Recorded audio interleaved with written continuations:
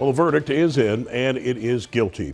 The jury says former Hinds County Interim Sheriff Marshawn Chrysler did accept $9,500 in bribe money in exchange for providing ammunition to a convicted felon.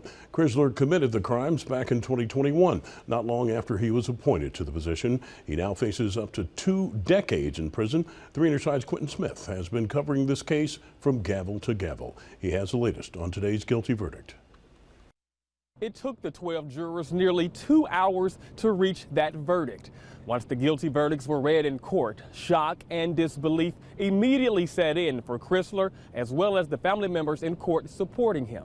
Chrysler continues to maintain his innocence. I'm going to reserve my right to my counsel. As he makes his way inside his car, Chrysler didn't have much to say after finding out he was found guilty in a bribery investigation. Extremely upset, obviously. The whole family is, as anybody would be. The jury found Chrysler guilty on both charges being brought against him.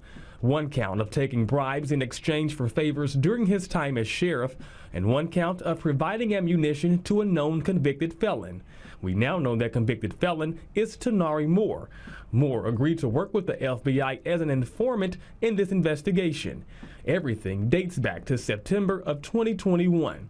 According to Moore, by giving the $9,500, Chrysler promised to move one of his cousins to a safer part of the jail.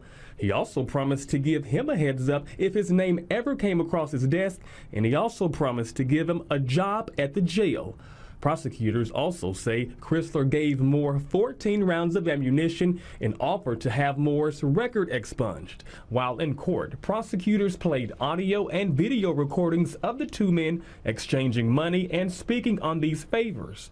Now that he's been found guilty, Chrysler faces up to 20 years in prison and a fine of up to $500,000. John Coletti is representing Chrysler.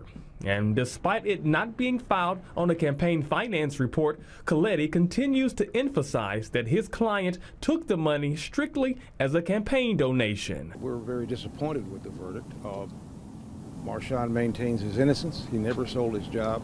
But we got to respect the jury's verdict at this point, and we certainly will be looking at our appeal in the future. Chrysler will remain out of jail on bond until his sentencing date, which is set to take place on February 6th. Reporting from outside the federal courthouse, I'm Quentin Smith.